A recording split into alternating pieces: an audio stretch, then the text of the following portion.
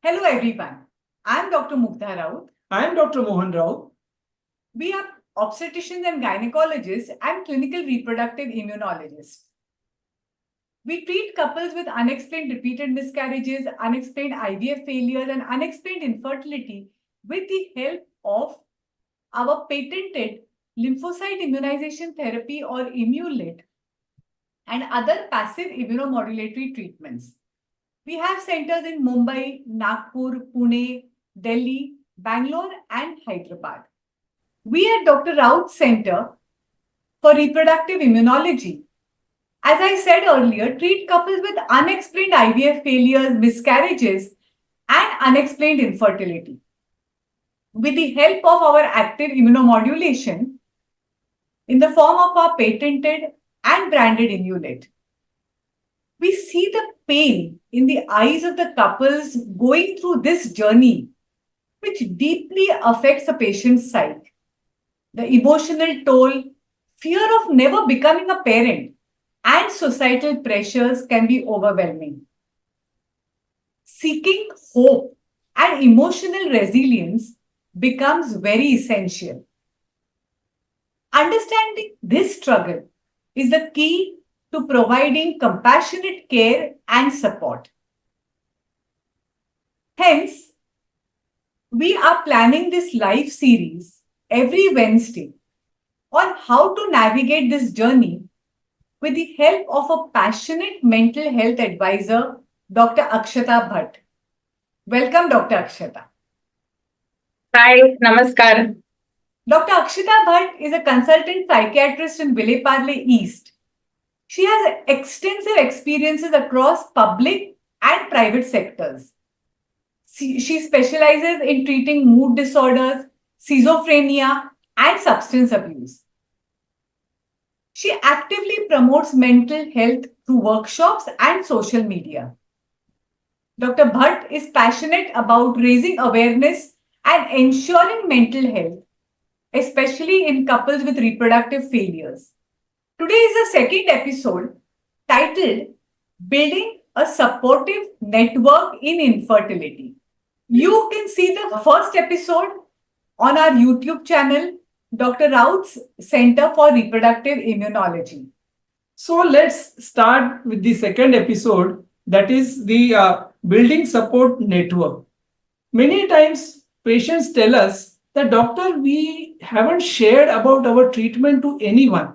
We can't talk to our friends, we can't talk to our family, and we have to give them reasons why we are going out for the treatment. And many times this creates a lot of stress in them. And so here, Dr. Akshata, the first question that comes to our mind is what is the importance of this supportive network? Is it really going to help the patient? What are your views on that?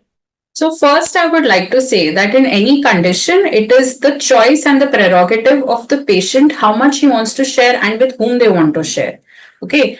I have come across a lot of situations where people went and spoke to their relatives or friends about some condition that they were going through, and it was not well received, and that discouraged them from taking support in the future. So, what I would suggest is be empathetic, be understanding. When someone comes and confides in you that they're going through something difficult, try to be supportive. If you cannot be helpful, at least try to be kind to them. I would start with that. Second thing, it is always a great source of support if you have family members, if you have friends, if you have other people who have gone through similar things telling you about their experience or just supporting you. Here, the knowledge about the condition is not very important. A lot of people feel that you should know everything about a certain topic to be a source of support. The fact is, just being there is enough, just being there and telling them that I'm here for you. If you need to talk, we are here. We can take you out. We can go out, do something, have a little bit of fun, divert from whatever you're going through right now. If you need somebody to sit with you in silence, if you need somebody to cry with you, I'm there with you. The point being, support can be as simple as telling the person, I'm there with you. You don't have to fully understand the process. You don't have to fully go through it. It always helps, definitely, because I think when someone who has gone through all this will be more empathetic and understanding.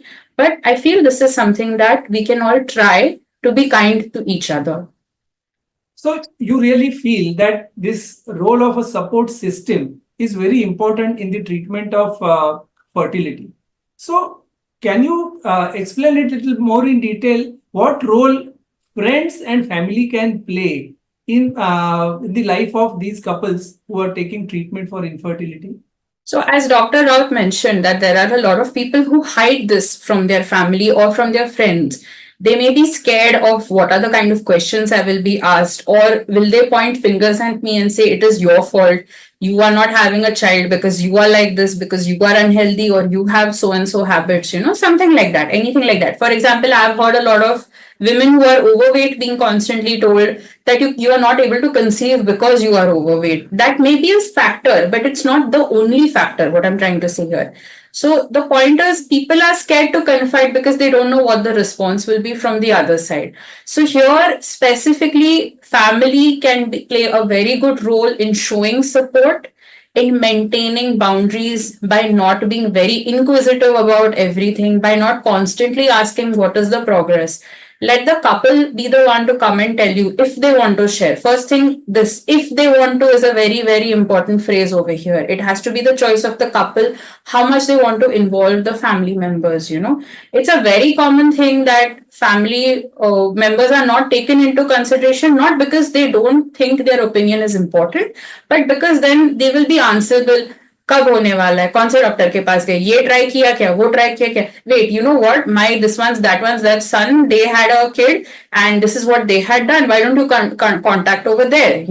So unsolicited advice also comes into the picture. So it's very frustrating for a lot of people that they're going through something difficult, and instead of getting support or understanding, they're being told ye mat karo, wo mat karo, do this, do that. Family and friends can actually contribute a lot over here, even by maintaining a distance, if I'm being very blunt over here, just by not asking, but by telling them that we are with you. If you require any kind of support, we will be there for you. We will talk to you at the end of the day if you feel like talking. If you don't feel like talking, that's fine. We're not going to keep asking you for updates. We're not going to put any extra demands on you. So, this is how family and friends can help, by being there, by understanding what boundaries are and maintaining them, and just having a show of support consistently. I think even friends can make a lot of difference. I remember one case, one example where a couple had come. They were not the patients. They said, our friend couple, they are suffering with infertility. They don't want to take treatment, but we feel that they will be helped if they come to you for treatment. They took appointment for them. Then the couple came. They were investigated. They were treated, and they were successful. So this is a prime example. We felt that a close friend, maybe they may be friends for many years, we don't know, but that friend had taken an initiative to help it, and this goes a long way, I think, in the success of treatment, right? And I think apart from, right?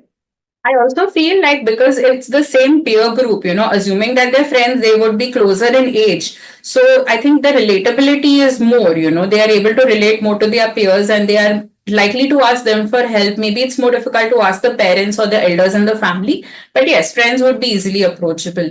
Another thing would be a friend who has gone through this struggle, and they are telling them their experience.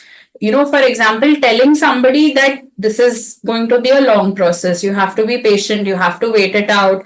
Please expect that you and your husband will get into constant arguments.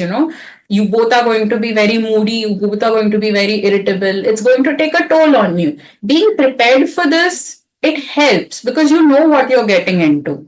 Rather than thinking कि अरे सबका बच्चा इतने easily हो गया, हम लोगों को नहीं हो रहा है. But if someone shares it that, what, even we had such a tough time, we were constantly tense and stressed and anxious, कि कब होने वाला है. And it took a lot of time for us also to come back to normal as a couple. When somebody tells you this, you feel, Are, this is happening with other people also. It becomes more relatable that I'm not the only one who's going through this. Someone else is also going through this. Well, I remember your one sentence in the last episode. This is not a sprint, it is a marathon. So you have to prepare yourself for the marathon.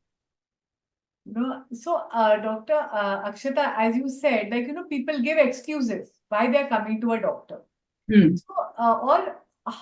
So, my next question is, how can someone then communicate about their reproductive challenges, to someone in the close circle, or especially, when discussing these sensitive topics like infertility, or they whenever they're invited to a function. So how could they communicate? Uh, can you give some few examples, or what do you think is the best way that they should communicate? Because one fear which I feel is people say is that they will feel and we are very arrogant.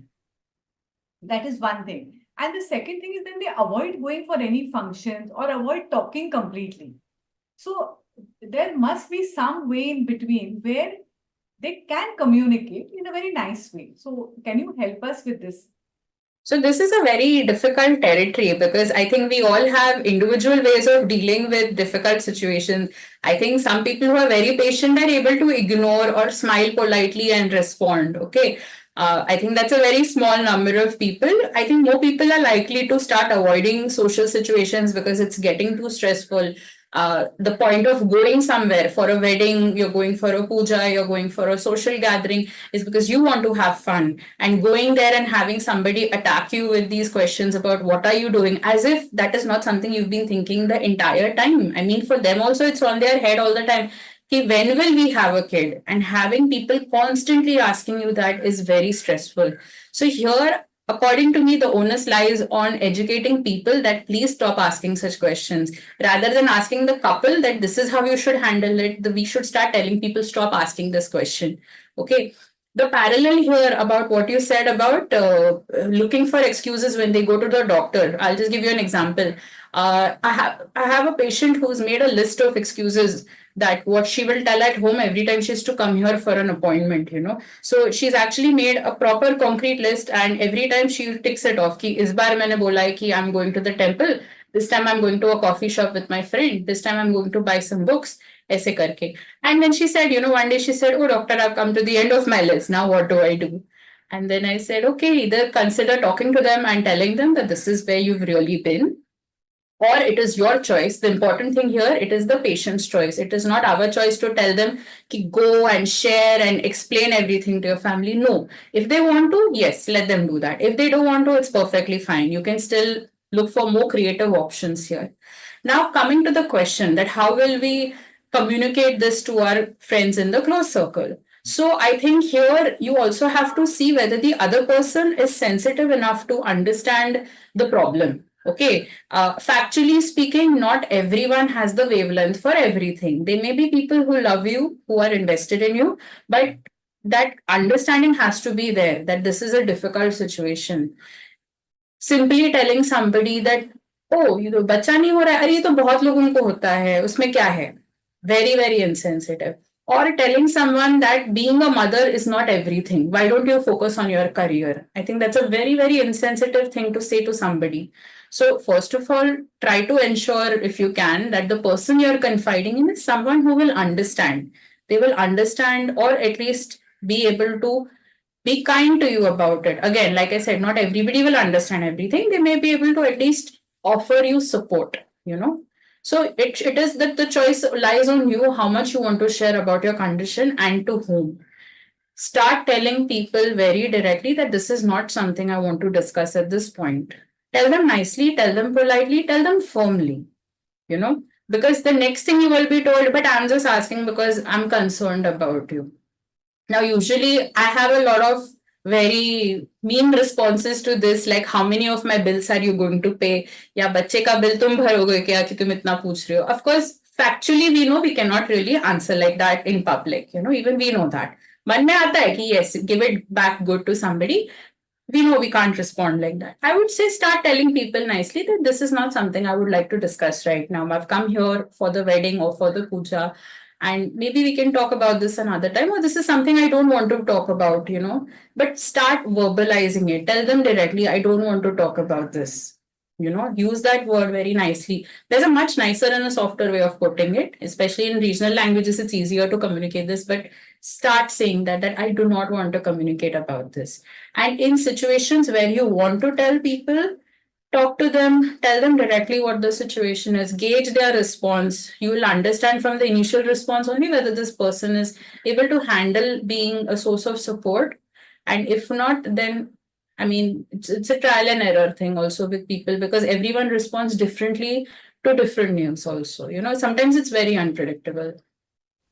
Many a times the fear must be, what if that opposite person is judgmental? So that's the main fear. No? What if he or she judgments, and then so the remark may be very small, but then it just is really causes a lot of problems to the patient or through the couple. So I think this fact is very important. I think. Because I think sometimes, when they're undergoing treatment for reproductive failures in general, they are supposed to take some injections. They are supposed to time the injection sometimes. Sometimes they have to take for in our treatment, they take injections which can be seen. So we have had patients who say that I don't want my mother-in-law to know, but we are living in the same house. So can you give it to me again on the thigh, where she will not be able to see it? So I mean, these are questions, or in an IVF process, they're supposed to time the injection. Sometimes they are on bed rest. So, that is the time when this communication is extremely important, and the other person understanding that this person requires that time and is facing a challenge. So it's okay to face a challenge regarding fertility. So I think if the society starts accepting it rather than just hounding the couple over fertility, ki, kaise aise nahi hua? As in the last episode, you mentioned even how genders are affected, like how the man is also affected. And we've had patients who have seen your last program and told us that the men also said that we felt better, even I felt better. So I think that whole society, society has to make a change and has to understand that it's okay, leave the couple alone. So apart from this family, apart from family and the friends, there is one more level, I think, which is little beyond them. Maybe a support group, a group of patients, maybe couples who are facing similar challenges, or a group of patients and doctors in a group can also support them, maybe physically or maybe even online. So that also can be an important support system. What would you like to say about that? And how good that would be? So support groups are now taking off in India. I think now they're becoming more popular gradually. The main reason I think before was the fear that somebody will know I have this illness. For example, mental health illness groups are very common abroad. They are very common. They have dedicated weekly groups and meetings. Like how you have Alcoholics Anonymous or Narcotics Anonymous, there are groups for mental health as well. And it is I think it's an excellent way, because one thing is when you attend a meeting like this and you see that there are 20-30 people, for example, even 10 people chalega, but understanding that the numbers of people who are going through the same thing that I am, first thing you realize, I'm not alone in this. Okay, this is not something that has only happened to me, it's happened to other people as well.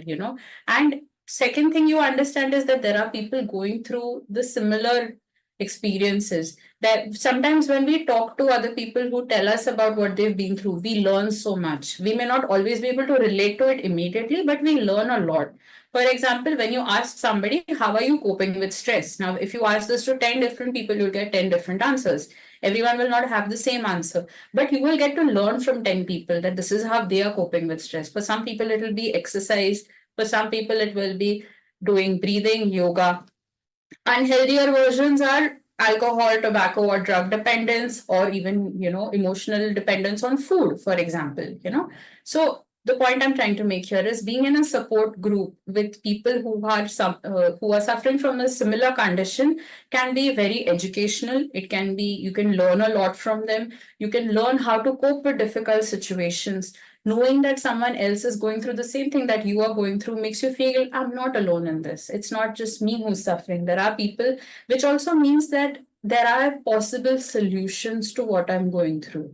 Giving people that hope that someone went through this, came out of it successfully. They went through so much, but they came out of it and now they're doing well. That sense of hope you get. In a lot of these support groups, you'll have people coming forward and telling the stories of recovery, telling them stories of what they went through. And I think that is very important, because giving them a voice, giving them a platform to talk about difficult topics helps other people come forward and say that, oh, this is what I'm going through also. You must have heard this with a lot of your patients when they've heard your lectures and they've understood that this is what was going on with me, but I didn't know that this is what this is called. For example, with mental illness, a lot of people see videos online, reels online, or they read up information and then they deduce the symptoms that I'm suffering from something similar. And then they come to the conclusion that, oh, I have depression or I have anxiety. Online groups are also important because not everyone will have the courage or the time and the availability to go in person. Your city may not even have such a group. So online is amazing. I think especially after COVID, we've realized how amazing online platforms are. And you can connect with people all over the world. That's another amazing advantage. So here, online also can give you a certain degree of anonymity, which is good because you may not feel up to going all guns blazing into it and saying, hey, I have this problem, I want to talk about it. But you may be more comfortable sitting behind your computer and tapping that this is what I'm going through right now. So I think online or in-person groups are a great option, but they should also be moderated by somebody who has an experience and understanding of the condition. It should not just be that you're putting people together and it'll be chaotic. There should be an experienced person handling the moderation and handling the content so that the flow of information is accurate more than anything else. Absolutely right. Why I asked about online groups is because for say fertility related treatment, say IVF failures, there are groups, online groups, and we have personal experience with it. There is a fertility related group from where a group of 6 friends came. One friend came for treatment, and then from that 6 international patients came for treatment at our reproductive immunology center. I think there is one group in Bangladesh where from there patients are coming regularly for this treatment. So such online groups make a lot of difference. That's what I feel, and especially a condition, a mental condition, which is very difficult to share in person with someone. This will be the right place to share it with someone who already has gone through it or is going through it. What do you think? Yeah. And one thing I like what you said is that it should be properly moderated. So people should not have unrealistic expectations, but they should know where should moderate it, that this is not the correct answer, this is the right answer. So that moderation is very important. So one question which comes to my mind is, are there any key differences between the emotional support which is offered by friends, family, and what is provided by a professional and a professional support group? So when it comes to a professional, there is a lot of objectivity. We tend to lose objectivity when we deal with people we know. If it is somebody that you care a lot about or you have an emotional investment in, it becomes difficult to maintain that objectivity. Whereas when you come to a professional, they will not see you as somebody that they have ties with. They don't have any vested interest. So it's easier for them to actually tell you that this is what things are. They're not going to sugarcoat things. They're not going to tell you things to make you happy. They'll tell you factually that this is what the situation is. Okay. Second thing, although friends, family members are well meaning, okay, at the end of the day, this is a biological issue. This is something that an expert should be handling. People can give you a lot of advice. And given that it's an Indian society, yes, everyone and their mother will be telling you what you have to do. But important thing is expert advice.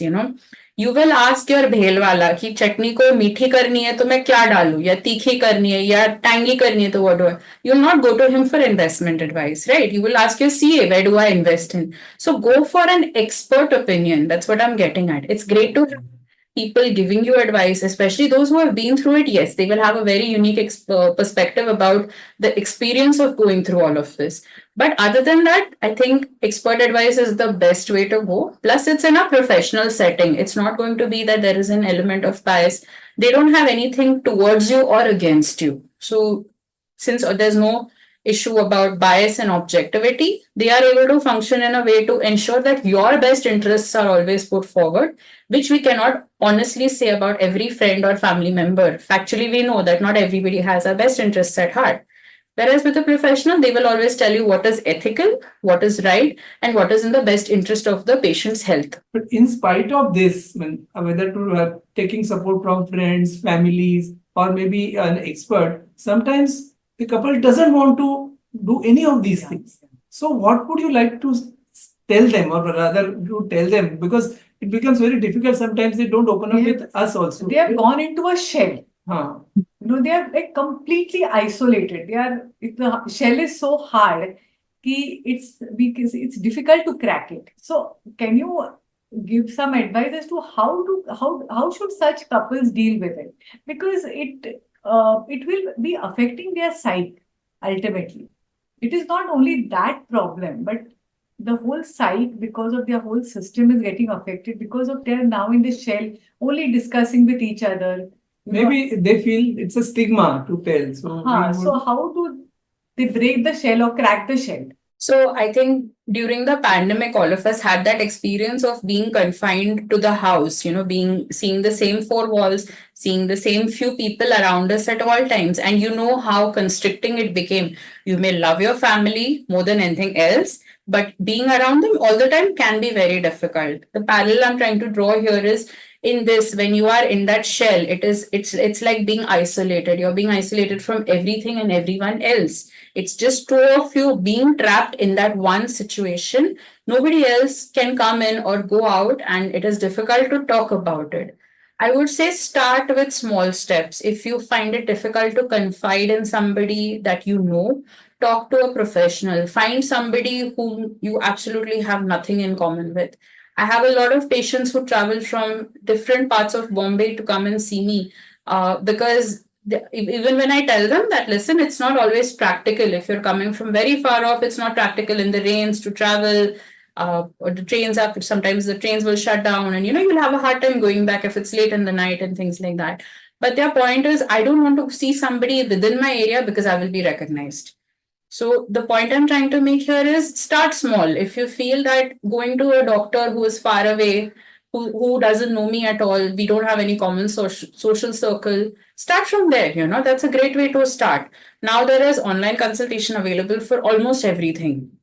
Use that opportunity. There are forums where you can discuss things anonymously. You can put up posts online anonymously without anybody knowing your identity.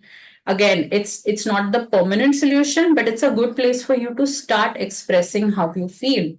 Having even one person to confide in, whether it is friends or family, I'm not bringing up spouse here because it's both of them together in that situation, would be great. Talking to one person who is not your spouse and expressing that this is what I'm going through, that I'm having a tough time, I'm really struggling, I don't know what to do, and I feel really confused and anxious. What do I do? Start in a small way. The other thing would be to do things to improve your general health and your physical condition, like sleeping properly, eating properly, exercising, doing some breath work or yoga. All those things will contribute. At some point, you will have to take professional help. It's just a matter of time. But if you are finding it difficult to build up the courage to it, start in a small way.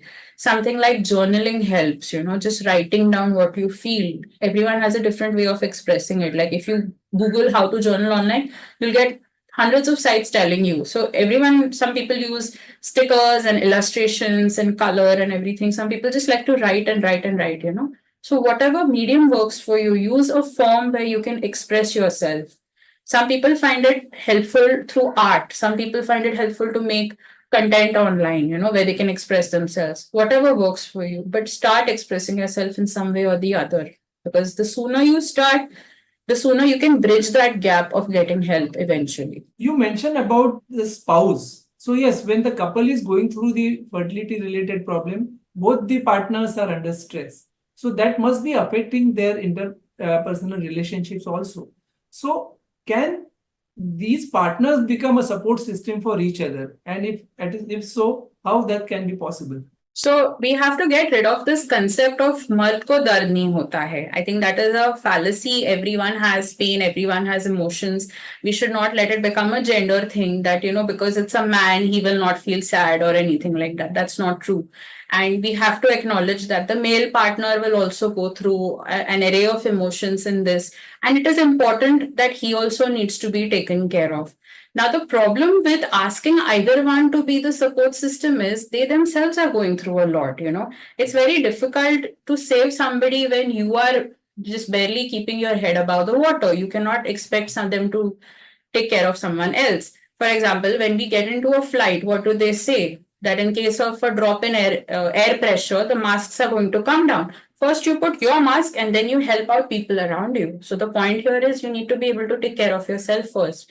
If you are in a position where you can do more for your partner or for your friend or for your family members, yes, do it.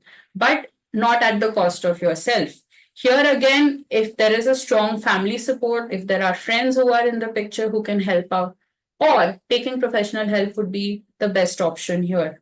Because, like I said in the last session, also putting too much pressure on one person or expecting one person to do all the heavy lifting is what leads to a big stress on the relationship, And sometimes the cracks will appear immediately, sometimes they will appear after some time, but they will impact it. You cannot expect one person to do all the work in a relationship, and there has to be a balance. Sometimes you have to be the person who's taking care of the partner, sometimes you have to be the person who's being taken care of. One person cannot do one role all the time. There's no balance in that situation. I think this will help to prevent a lot of divorces, because we have seen patients who have had divorces because of miscarriages, infertility, and it is quite shocking for us because we know the biological part, and it is very difficult to understand that they can't understand each other. But as you said here, that taking professional help will help a lot, and it should not be stigmatized that you're going to a psychiatrist. So psychiatrist is not मैं पागल हूँ क्या? There are a lot of other emotional aspects of a human being which can be handled with taking professional help. So now we are coming to the end. Before we close, I would like Dr. Akshata to tell what would you like to tell related to the support system in say a few words. So, related to the support system, what I would say is it's great if you can build one. If you can have friends and family who show up for you, it's great. It's great if you can show up for you and your spouse. If you cannot, that's also fine. Be more mindful of how you communicate your needs. For example, telling somebody, she क्या dress pehna hai versus I don't think that dress suits you. You would look better in a different color. Now, in both of them, the meaning is the same, that what you're wearing doesn't look good on you. But see the range of expression in either of them. What I'm trying to say here is that the more mindful we are about how we communicate our anger, our sadness, our displeasure, the less chances of misunderstanding in relationships. The point here is we cannot tell somebody that don't be angry or don't be sad or don't be frustrated. That's normal. But communicate it in a healthier way. Focus on the issue, not on the person. Don't make it a personal issue. Make it I am angry about this, not I am angry with you. And that is where I think a lot of relationships break down because people use it as a moment to attack the other person. Instead of focusing on the issue may be something else. Jagada was about something else, but the conclusion has come out about something else. So, first of all, focus on what the issue is. Learn to resolve conflict in a healthy manner. Understand that it is inevitable. वो होने वाला है. This is between the couples. Now, as far as coming to creating a support network, if you have friends and family who are doing it for you, that's great. If not, start creating boundaries with them and tell them that this is a matter between us and we are taking care of it. If you know that you're not going to get that support from someone, people who are constantly intrusive about what your personal life is and what is happening, start telling them that this is none of your business. It's okay if it gets to a point where you are considered as rude or arrogant. I remember Madam mentioned this before that they may consider you as being rude or arrogant. That's also okay. But you have to maintain your sanity, you have to maintain your peace of mind, and it's absolutely fine to tell people that this is none of your business. You don't need to get involved in this situation. So thank you, Dr. Akshata Bhatt, for your time and helping our viewers to navigate this journey, which can be difficult. And I again and again like this sentence, which you've always said, that this is not a sprint, it's a marathon. So for our viewers, in conclusion, do see all the episodes. If you want to learn how to train yourself for this marathon psychologically, so that it makes you a better person, or rather makes the couple a better person. And please don't forget to subscribe to our channel, to like and even share these videos with all the people whom you think would help them. And don't forget to join us next Wednesday with a more interesting topic, and that is what is the role of therapy and counseling in couples who are facing infertility.